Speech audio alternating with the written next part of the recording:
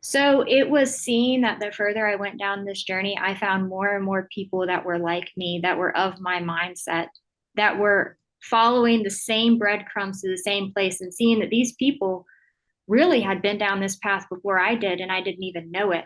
And it was in seeing that there were other people like me following this message from backgrounds everywhere, every corner of the world, every walk of life, every background, every profession, seeing them all follow this message. I was like, I'm not crazy. There are so many people following this message of hope, and we all came across it through the same way. And it's almost like an initiation, right? You have to trust yourself in order to see that there were a lot of other people who were trusting themselves too.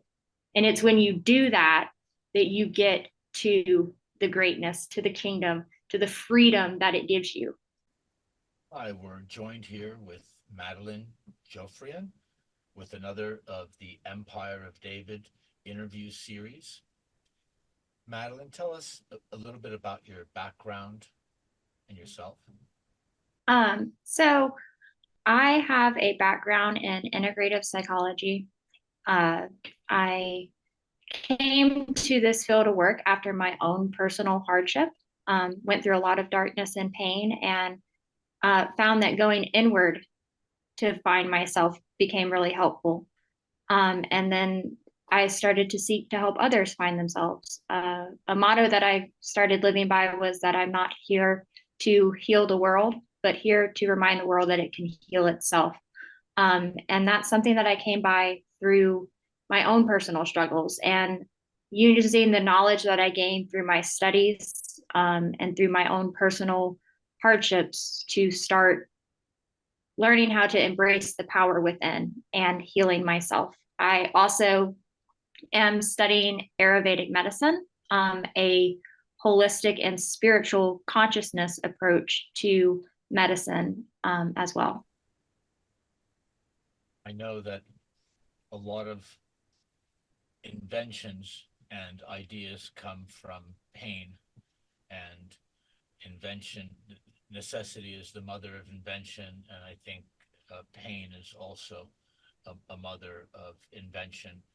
And so I'm very thankful for all the people out there who have lived a painful, difficult life, um, because from their struggles, they can come up with solutions for the rest of us. Do you want to share with us some of the struggles that you have overcome and what area of life? Yeah, so I've actually overcome struggles in both mental struggles, from living a life with chronic PTSD from, emotional manipulation, and abuse from back as early as being a 14-year-old teenager in school. And knowing what it was like to have my mind manipulated against me and to have my strengths used against me and told that they were weaknesses. And in essence, it made me forget who I was. It made me forget my strengths, and that my strengths were actually my greatest blessings and that they were not weaknesses all along. Um, and that took a good long while to climb back from. And it almost felt like I was clawing my way back from hell, in a lot of ways, learning how to embrace my strengths as what they were, strengths and not weaknesses. But on the flip side, I've also known struggles of physical illness. Um, I have a rare genetic condition known as hypermobile Ehlers-Danlos, and that condition has made living life very difficult at times. So much so that I've been wheelchair bound at times from just lack of strength within my body to go on during the day, because of lack of nutrients, inability to eat due to my health conditions, inability to walk.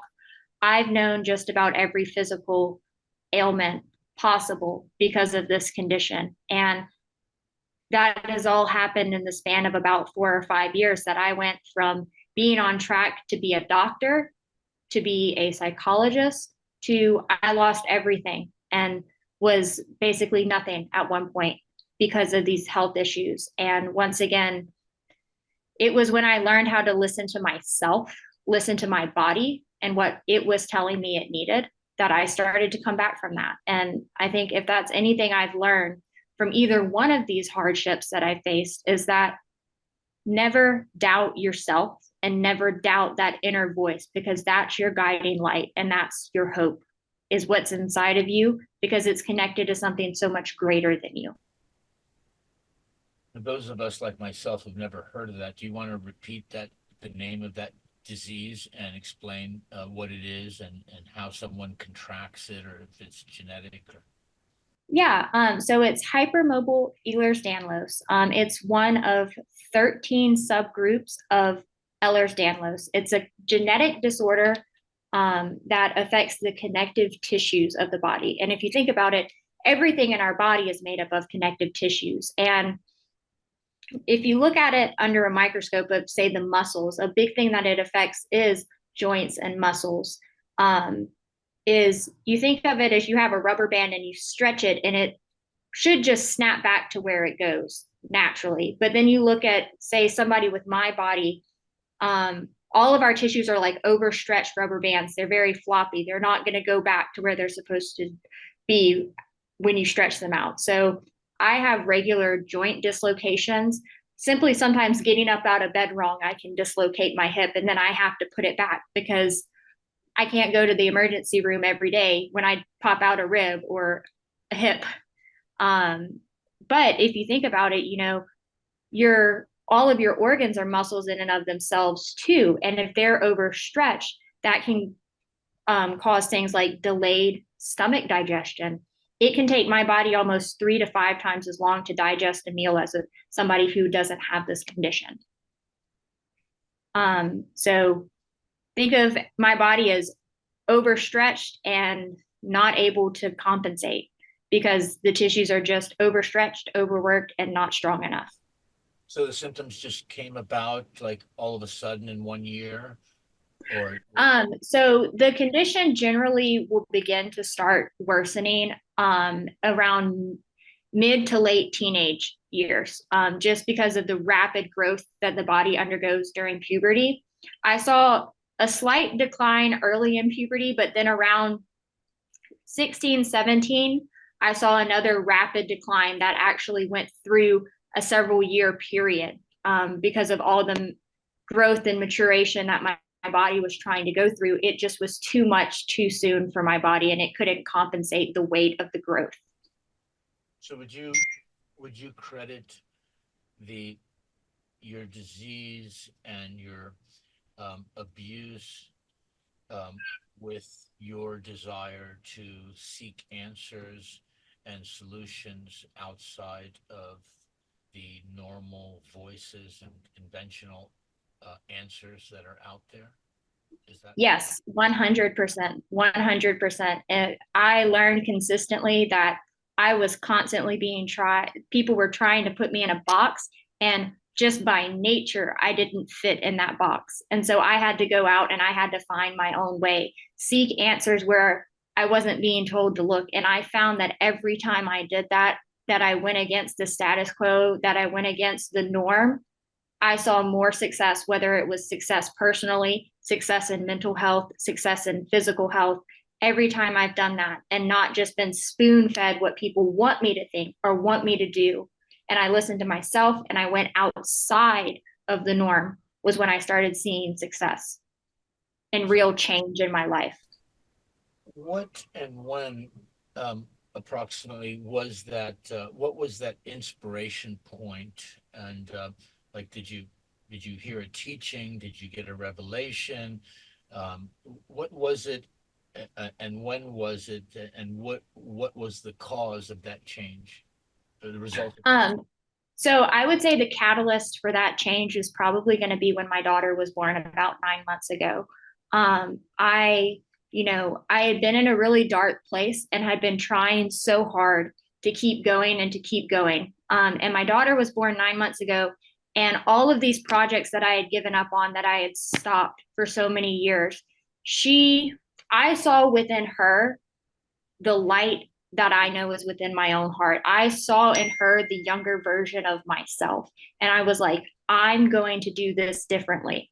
I'm not going to succumb to what everybody else is. I'm going to live my life being the person that I know I'm meant to be, challenging what I know needs to be challenged so that I can make this world a place for her that's better, to where she doesn't have to grow up and go through the same hardships I did because people didn't understand her, or people thought there was something wrong with her when really she was the one that was right all along.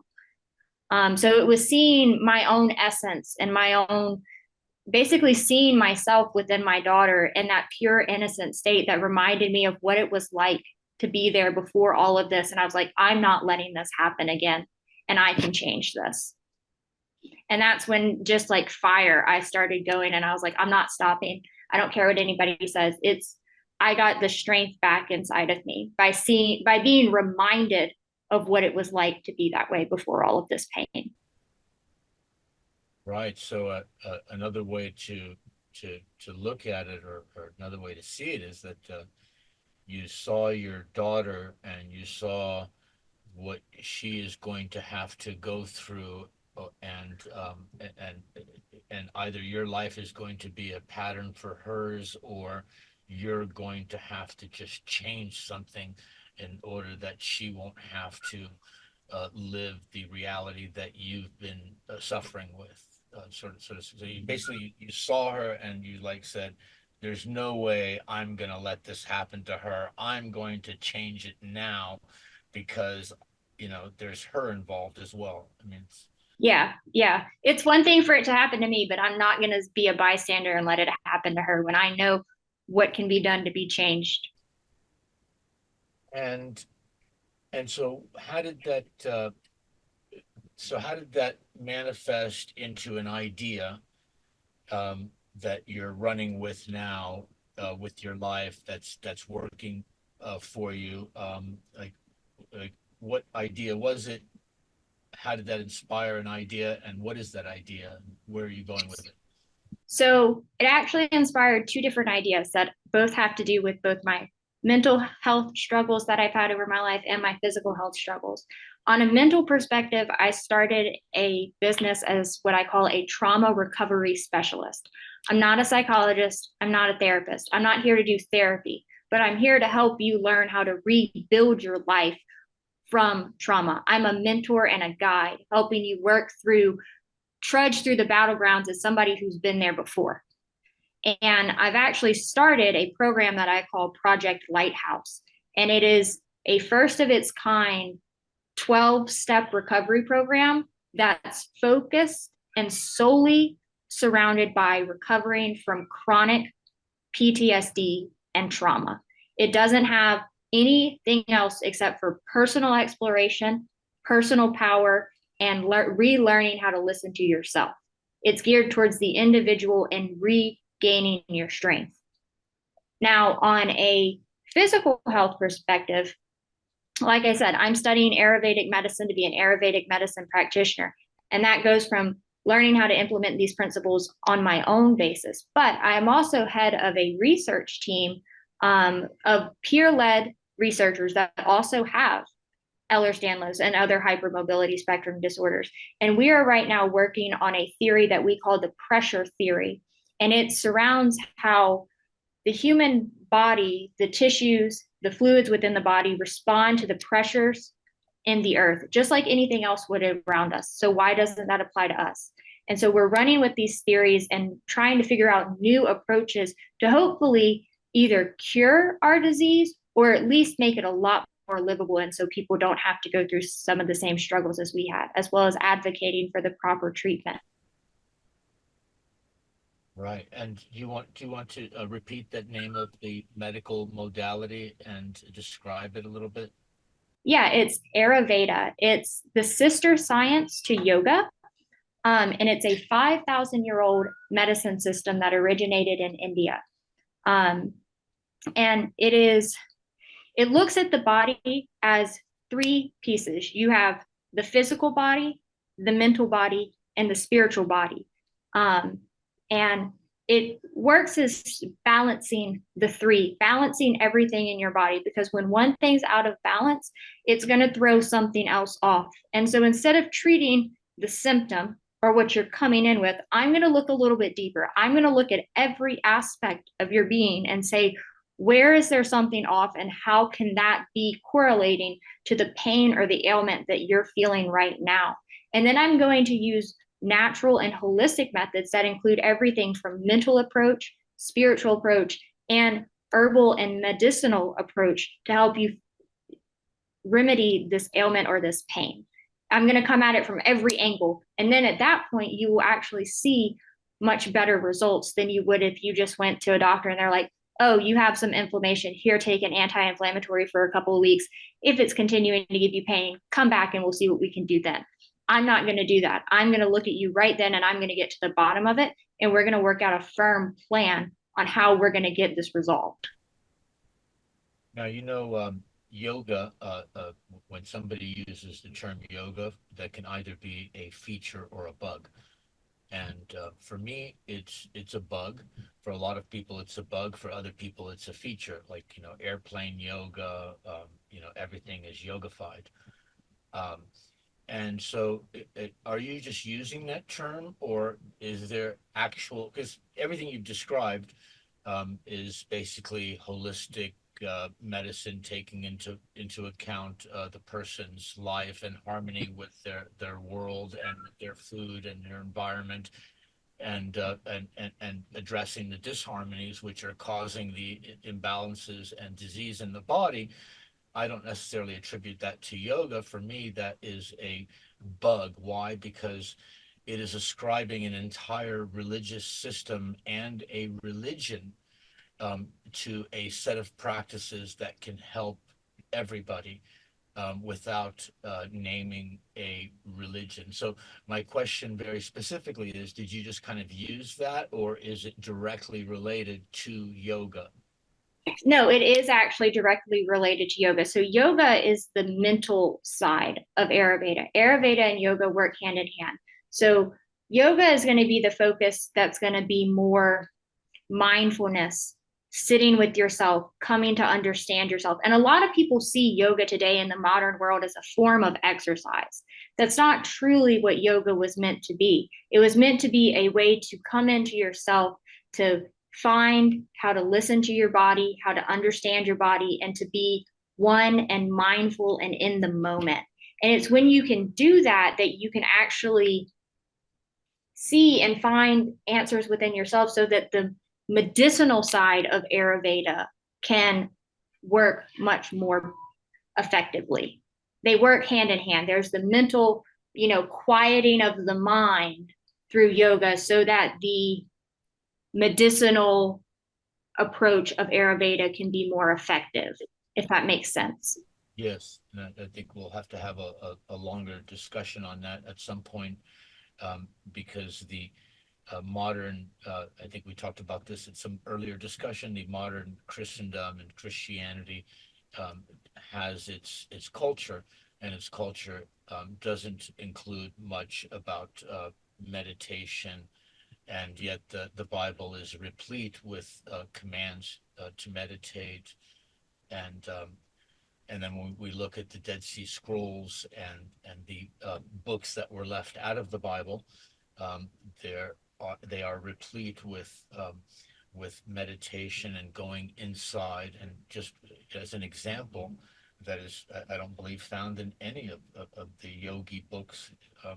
In the Essene Gospel of Peace, it's describing the angel of air and the rhythm of breathing, and that all mysteries are found in the rhythm of breathing, especially betwixt the inhaling and the exhaling are all the mysteries found. And so when you look at the deep teachings that are simply left out of the Bible, um, does not mean that I would want to go to a different system in order to grab something that is already in my system and already holistic with my system of belief.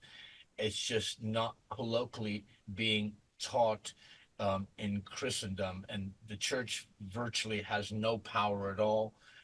That's why we can see that they are just like the world, and so the power that that they don't have apparently is because they have a very shallow teaching. So all I'm saying is that all the things that you mentioned, I agree with. I just look at them from uh, the biblical perspective and that tradition. Yeah, and I think that's one thing that a lot of people will find is that a lot of these principles are actually found in just about every religion or belief system. They just call it something different that's going to resonate with those people where they were and at that time when those teachings were taught. But they're kind of universal principles that apply across the board. And you just have to find a way that it's going to speak to you so that you can utilize them. Yes. And so tell me how you are helping others, or how others are becoming involved in this work. So I have partnered with several different people, yourself included, with a message of the kingdom of David. And it is a universal message that applies across the board. And it really speaks to, these practices that I'm putting into work through my own personal businesses, through my own personal endeavors.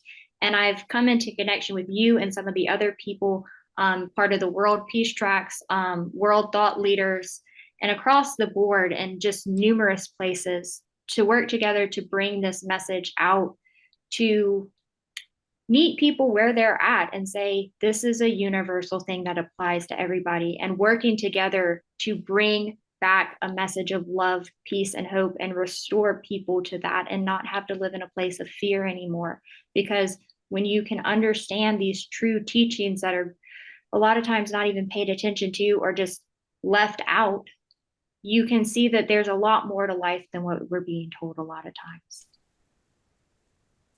And so tell me, how did you first find out about the kingdom and empire of David, and what message resonated with you on that discovery? So I actually came through it by connecting with people in the World Peace Tracks.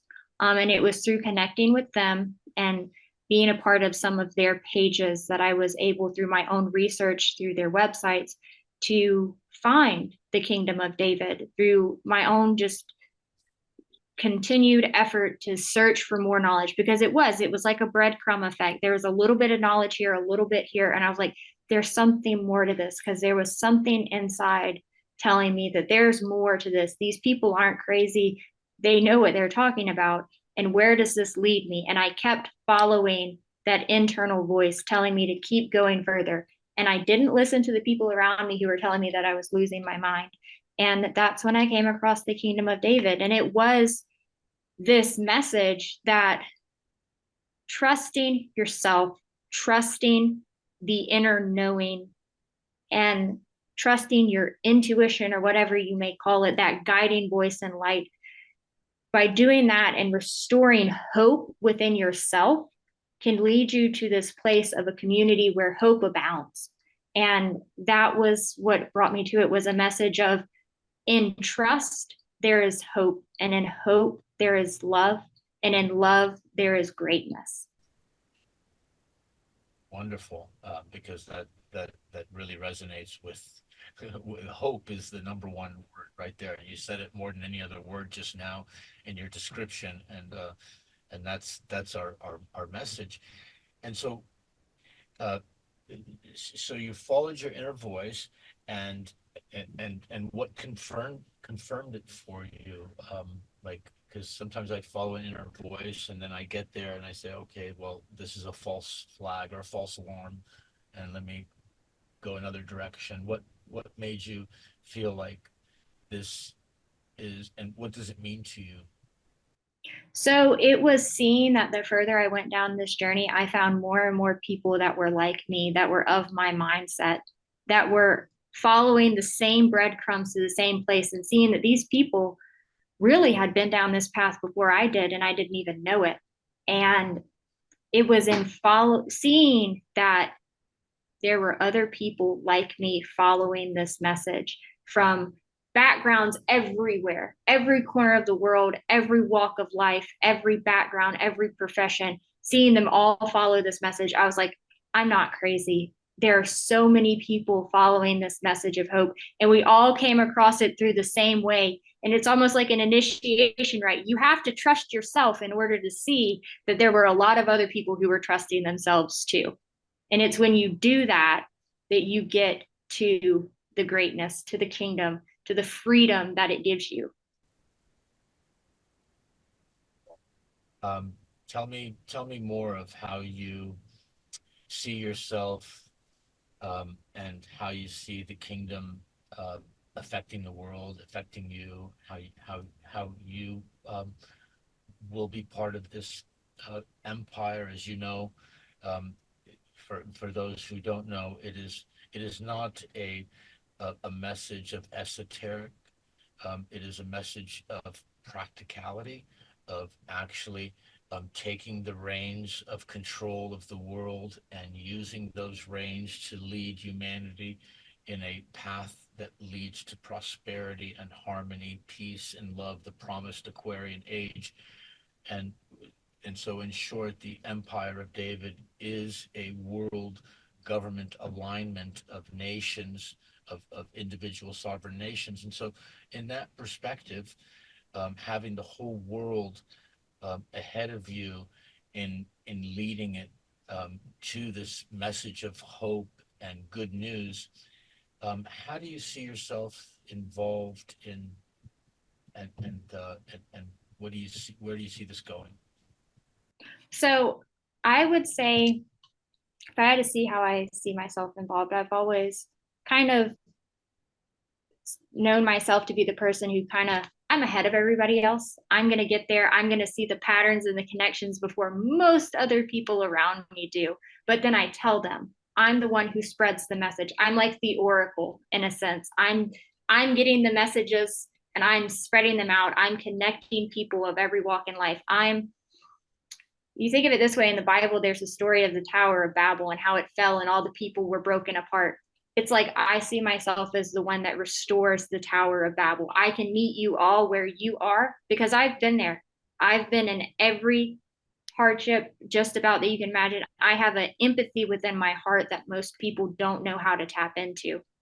And I am the connector. In a way, I would say I'm almost the conduit that's going to connect everybody by meeting them where they're at, getting the message out, meeting you where you're at, speaking it to you in a way that you're going to understand so that you can feel the hope. And by showing you the hope within. And I think that, and in essence, I did that for myself. I connected all the pieces of myself together, all the pieces of my mind that were fighting against each other, and I connected them under this unified belief of hope within myself. And once I'm able to do that within myself, I can do that without, because I connected the fragmented pieces of my mind that were broken, that wanted to fight against me. I connected them. And the same can be done externally.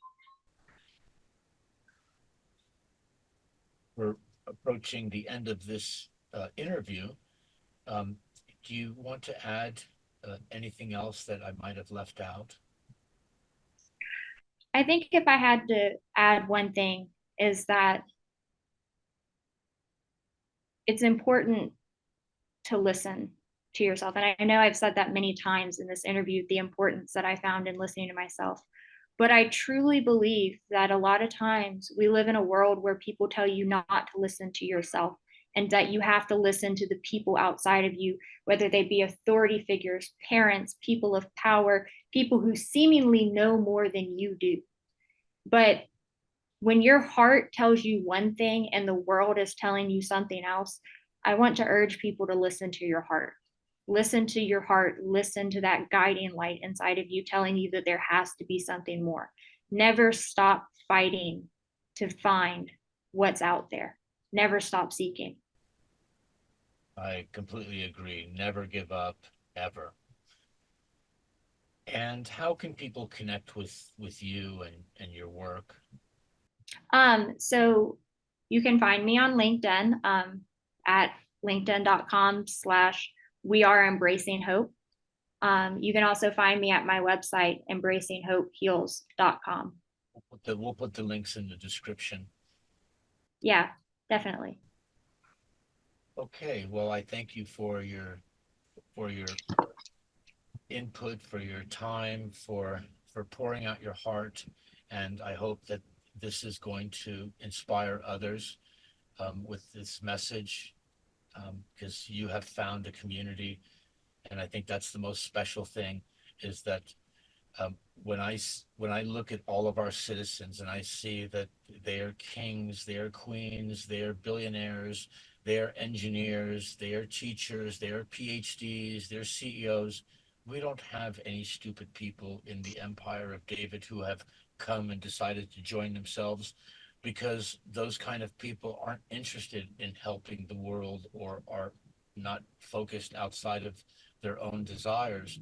And so when I see all of these people and I hear you, then I know I'm not crazy also. And I know Yep. that we might be just a few right now, but the the majority follows the few. And when the few are the leaders and have the message of hope, it will be unstoppable. And so I encourage everyone to share this interview, and if you want to join the Empire of David, the link is below, and we would be happy to interview you as well. With that, our time is up, and once again, I thank you. Of course. Thanks. It's been a pleasure.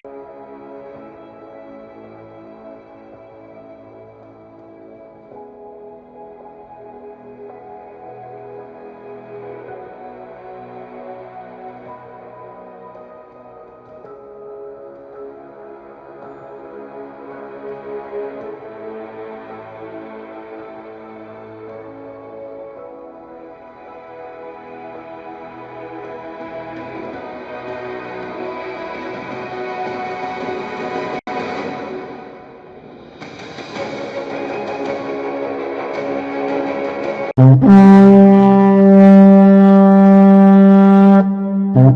you.